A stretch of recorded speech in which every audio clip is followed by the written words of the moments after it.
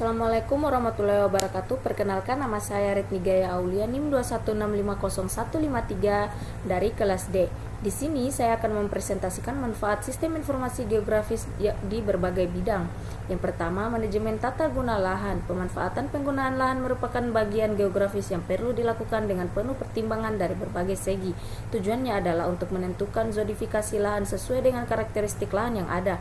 Misalnya, wilayah yang pemanfaatan lahan di kota biasanya dibagi menjadi daerah pemukiman industri, perdagangan, perkantoran, fasilitas umum, dan jalur hijau. Kemudian, stand informasi geografis yang dapat membentuk pembuatan perencanaan masing-masing wilayah tersebut, dan hasilnya dapat digunakan sebagai acuan penggunaan intervitas ukteritas yang diperlukan nantinya. Yang kedua, interpretasi sumber daya alam. Secara sederhana, manfaat sistem informasi geografis ini dalam kekayaan sumber daya alam sebagai persebaran berbagai sumber daya alam, misalnya minyak bumi, batu bara, emas, besi, dan barang tambang lainnya. Dan untuk mengetahui persebaran kawasan lahan seperti kawasan lahan potensi dan lahan kritis, kawasan hutan yang masih baik dan hutan rusak di kawasan pertanian dan perkebunan, pemanfaatan perubahan dan rehabilitasi serta konferensi lahan. Yang ketiga, sistem informasi pengawasan daerah bencana alam.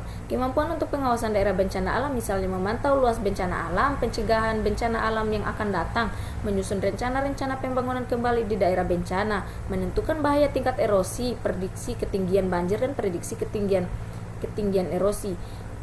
Sistem informasi perkotaan. Jaringan jalur transportasi, yaitu jalan, contohnya penyelamatan rute kendaraan, penjadwalan kendaraan, dan analisis lokasi. Untuk manajemen fasilitasnya, yaitu penempatan pipa, kabel bawah tanah, jaringan listrik, dan perencanaan peralatan fasilitas. Di sini ada data spesial. Data spesial adalah jenis data yang berisikan informasi tentang posisi atau lokasi geografis suatu objek dan peristiwa. Data spesial dinyatakan bentuk koordinat baru latitude dan longitude, yaitu dapat menunjukkan letak objek dan titik tertentu di peta atau globe. Model data spesial dibedakan menjadi dua bagian, yaitu model register dan model data vektor. Di data non spesial adalah bentuk tabel di mana tabel berisi informasi yang dimiliki objek data dalam spesial.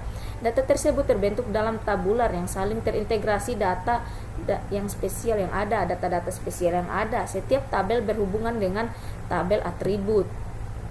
Terima kasih. Saya ucapkan, bila ada kesalahan, saya mohon maaf. Saya akhiri dengan billahi taufiq wal hidayah.